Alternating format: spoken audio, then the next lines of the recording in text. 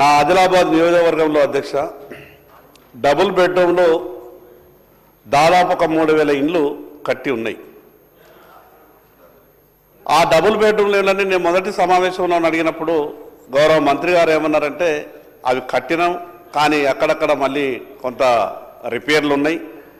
ఆ కట్టేటప్పుడే కూడా కొన్ని కూలేటటువంటి పరిస్థితులలో ఉండే అవన్నీ కూడా మేము డబ్బులు కేటాయించి సంబంధిత కాంట్రాక్టర్తో సమస్యలు ఉన్నాయి, ఆ సమస్యలన్నీ కూడా పరిష్కారం చేసి తొందరలోనే మేము లబ్ధిదారుల ఎంపిక చేసి పంచిపెడతామని చెప్పారు. దాంట్లో ఇంకో కిటికీ ఏమైందంటే అధ్యక్ష, గతంలో లబ్ధిదారుల సెలక్షన్ జరిగింది. ఇప్పుడు కొత్తగా కూడా లబ్ధిదారుల సెలక్షన్ చేస్తామంటున్నారు. ఎందరో మంది, వేలాది మంది ఇప్పుడు డబుల్ బెడ్రూమ్ కావాలని చాలామంది ఆశతోనే దరఖాస్తులు పెట్టుకున్నారు. మళ్ళీ రిపేర్ చేసినారు, మళ్ళీ కూడా అవి అట్లున్నటువంటి సామాన్లన్నీ కూడా దాంట్లో ఉన్నటువంటి మిగతా అన్నీ కూడా కొంత దొంగతనమైంది అక్కడ. ఆ మళ్ళీ ఇంకా రిపేర్లకే డబ్బులు కేటాయించాల్సినటువంటి అవసరం వస్తుందేమో. అందుకే మీ ద్వారా గౌరవ మంత్రి గారికి విజ్ఞప్తి చేస్తా ఉన్నా, ఎప్పట్లోగా ఆ డబుల్ బెడ్రూమ్ ఇళ్ళని లబ్ధిదారులకు కేటాయిస్తారు. ఇంకొక సమస్య అధ్యక్ష, పట్టణ ప్రాంతాల్లో అదేవిధంగా పల్లెల్లో కూడా ఒక ప్రధానమైనటువంటి సమస్య ఉన్నది. ఇది గౌరవ మంత్రి గారు గమనించాల్సిందిగా మీ ద్వారా విజ్ఞప్తి చేస్తా ఉన్నాను. ఈ రాష్ట్రంలో దాదాపు 25 సంవత్సరాల నుండి ఉమ్మడి ఆంధ్రప్రదేశ్ రాష్ట్రం ఉన్నప్పుడు, తెలంగాణ రాష్ట్రం వచ్చిన తర్వాత కూడా ఇండ్ల స్థలాలు లేనటువంటి పేదవాళ్లకు ఎవరికి కూడా ఇండ్ల స్థలాలు ఇవ్వలేదు. దాని కారణంగా అర్హత ఉన్నటువంటి పేదవాళ్ళు కూడా ఇల్లు కొరకు దరఖాస్తు పెట్టుకుంటే ఇల్లు మంజూరైతున్నది, కానీ వాళ్లకు ఇళ్ల స్థలం లేని కారణంగా ఇల్లు కట్టుకుంటలేరు. కాబట్టి అటువంటి వాళ్లకు ప్రయారిటీ ఇచ్చి ప్రభుత్వ భూములు ఉన్న దగ్గర వెంటనే పేదవాళ్లకు ఇళ్ల స్థలాలు కేటాయించాలా. మరి అదేవిధంగా ప్రభుత్వ భూములు లేని దగ్గర గతంలో ప్రభుత్వం సోషల్ వెల్ఫేర్ నుండి ల్యాండ్ ఎక్విజిషన్ చేసి పేదలకు ఇళ్ల పట్టాలు ఇచ్చి ఇళ్ల స్థలాలు ఇచ్చేటటువంటి ప్రయత్నం చేస్తుండే. కానీ ఇప్పటి వరకు ఈ తెలంగాణ రాష్ట్రం వచ్చిన తర్వాత ఏ ఒక్కరికి కూడా పేదవాళ్లకు ఇళ్ల స్థలాలు ఇవ్వలేదు. కాబట్టి ప్రభుత్వం ఆ రకంగా ఆలోచించాలని మీ ద్వారా విజ్ఞప్తి చేస్తున్నా. ప్రత్యేకంగా వెనుకబడ్డటువంటి ప్రాంతాలకు అందరికీ సమానంగా కాకుండా ఇప్పుడు లెక్కల ప్రకారం చూస్తే ఈ ఆదిలాబాద్ అటువంటి జిల్లా కానీ ఆదిలాబాద్ అటువంటి నియోజకవర్గం కానీ అత్యధిక పేదలు ఉన్నారు. కాబట్టి ఇండ్ల కేటాయింపులో కూడా కొంత ఎక్కువ ప్రాధాన్యత ఇచ్చి కేటాయించాలని మీ ద్వారా గౌరవ మంత్రి గారికి విజ్ఞప్తి చేస్తున్నా. ధన్యవాదాలు. శ్రీ రామదాస్ నాయక్ గారు.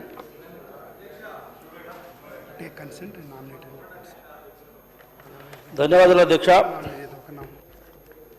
వైరా నియోజకవర్గం గిరిజన నియోజకవర్గం అధ్యక్ష. అక్కడ అన్ని గుడాలు, తండాలు,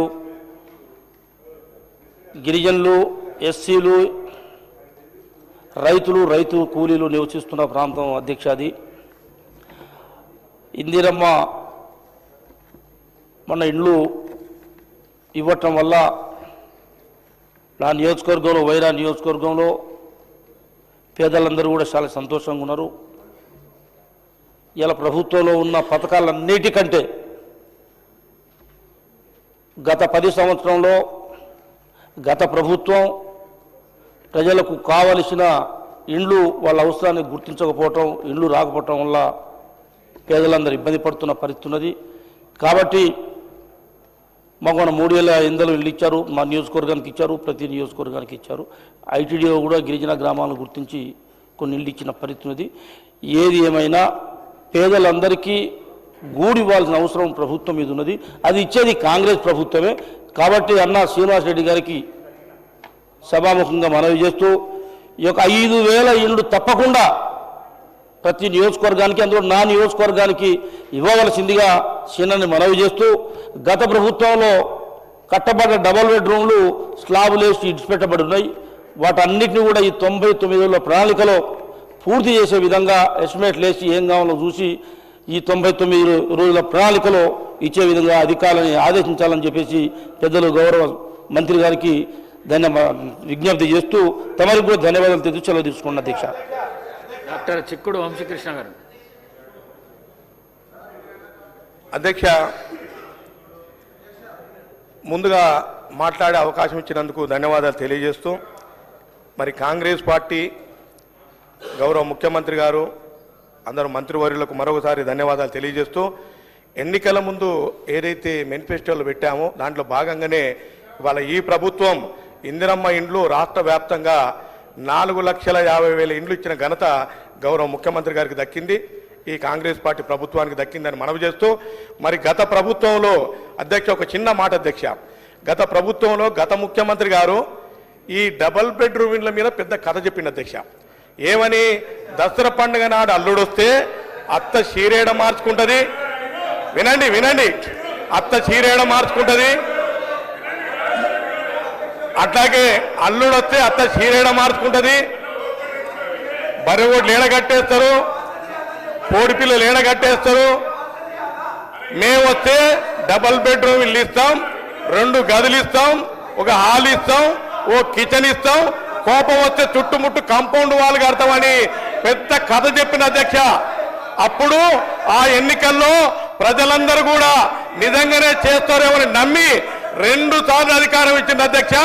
కానీ ఎక్కడ కూడా డబుల్ బెడ్రూమ్ కట్టిన దాఖలాలు లేవు అధ్యక్ష. ఈ ప్రభుత్వం ఇందిరమ్మ రాజ్యం ఇంటింటా సౌభాగ్యం అనే నినాదంతో ఈ ప్రభుత్వం పనిచేస్తా ఉంది అధ్యక్ష.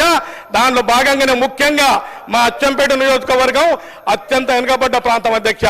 మా దగ్గర పీటీజీ ప్రిమిటివ్ ట్రైబల్ గ్రూప్స్ ఉంటారు అధ్యక్ష. మరి అక్కడ సాచురేషన్ మోడ్లో ఎంతమందికి అవసరం ఉంటే అంతమందికి ఇండ్లు ఇవ్వాలని చెప్పి గౌరవ ముఖ్యమంత్రి గారు అక్కడ అందరు కూడా ఇండ్లు ఇవ్వడం జరిగింది. అట్లాగే మాకు కూడా 3,500 ఇండ్లు వచ్చిన అధ్యక్ష. ఒక చిన్న రిక్వెస్ట్ ఏమిటంటే, గతంలో గత కాంగ్రెస్ పార్టీ ప్రభుత్వం ఉన్నప్పుడు అప్పుడు ఇచ్చిన హౌస్ సైట్స్ ఏవైతే ఉన్నాయో అవి చాలా ఊర్లలో అన్యాక్రాంతం కాబట్టి ఆ ఊర్లలో ఉన్నటువంటి పాత ఇందిరమ్మ హౌస్ సైట్స్ను మరి రెవెన్యూ మంత్రి గారు ఇక్కడే ఉన్నారు, దయచేసి మరి జిల్లా కలెక్టర్కు మీరు ఆదేశాలు ఇచ్చి ఆ పాత హౌస్ సైట్స్ను తీసుకొని ఎవరైతే బీద ప్రజలు ఉన్నారో వాళ్ళకు పంపిణీ చేయాలి అధ్యక్ష. అట్లాగే గవర్నమెంట్ ల్యాండ్ ఉంటే కూడా ఆ చుట్టుపక్కల ఊరికి చుట్టుపక్కల గవర్నమెంట్ ల్యాండ్ ఉంటే అది కూడా తీసుకొని హౌస్ సైట్ చేయాల్సిన అవసరం ఉంది అధ్యక్ష. అట్లాగే మరి మా ప్రిమిటివ్ ట్రైబల్ గ్రూప్ ఏదైతే చెంచు ఆదివాసి ఉన్నారో వాళ్ళందరూ కూడా ఇండ్లు లేవు అధ్యక్ష.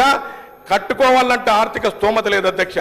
కాబట్టి దయచేసి ప్రభుత్వమే ఒక కాంట్రాక్ట్ వ్యవస్థను ఎంకరేజ్ చేసి వారి ద్వారా మరి ప్రభుత్వం ద్వారానే ఇండ్ల నిర్మాణం చేపట్టే విధంగా చర్యలు తీసుకోవాలని మేము సవినయంగా మనవి చేస్తూ, అట్లాగే మరి బేస్మెంట్ బిల్లులు అధ్యక్ష, మొన్నటి వరకు బేస్మెంట్ బిల్లులు ఇవ్వలేదు అధ్యక్ష. వాళ్ళకు కూడా బేస్మెంట్ బిల్లులు ఇప్పుడే గౌరవ మంత్రి గారు గౌరవ ముఖ్యమంత్రి గారు బేస్మెంట్ కంటే వాళ్ళకు కూడా బిల్లులు రిలీజ్ చేస్తా ఉన్నారు అధ్యక్ష. వాళ్ళ తరఫున నేను ప్రభుత్వానికి కృతజ్ఞత తెలియజేస్తా ఉన్నాను అధ్యక్ష. ఇంకా రెండవది అధ్యక్ష, వెరీ ఇంపార్టెంట్ అధ్యక్ష, ఈ ఓల్డ్ ఇందిరమ్మ ఇండ్లు ఎవరైతే గతంలో తీసుకున్నారో వాళ్ళు 10,000 20,000 లోపల తీసుకున్నటువంటి వాళ్ళకు అవకాశం ఇవ్వాలి అధ్యక్ష. 4 వీలర్ కొంతమంది ట్యాక్స్ కోసం కొనుక్కుంటారు అధ్యక్ష, బీద వాళ్ళు ఉంటారు, కానీ 4 వీలర్ అని ఉంటుంది, వాళ్ళకు కూడా అవకాశం ఇవ్వాలని కోరుతా ఉన్నాను అధ్యక్ష. అట్లాగే జాయింట్ ఫ్యామిలీ, ఈ జాయింట్ ఫ్యామిలీ కూడా మళ్ళీ ఒకసారి రీఎంక్వైరీ చేసి వాళ్ళకు కూడా అవకాశం కల్పించాలని కోరుతా ఉన్నాం అధ్యక్ష. ఇంకా చివరిగా ఒకటేమిటంటే అధ్యక్ష, ఏదైతే గతంలో ఏదైతే వాళ్ళు మాట తప్పారో ఈ ప్రభుత్వం ఈ ముఖ్యమంత్రి గారు మాట నిలుపుకుంటా ఉన్నారు అధ్యక్ష.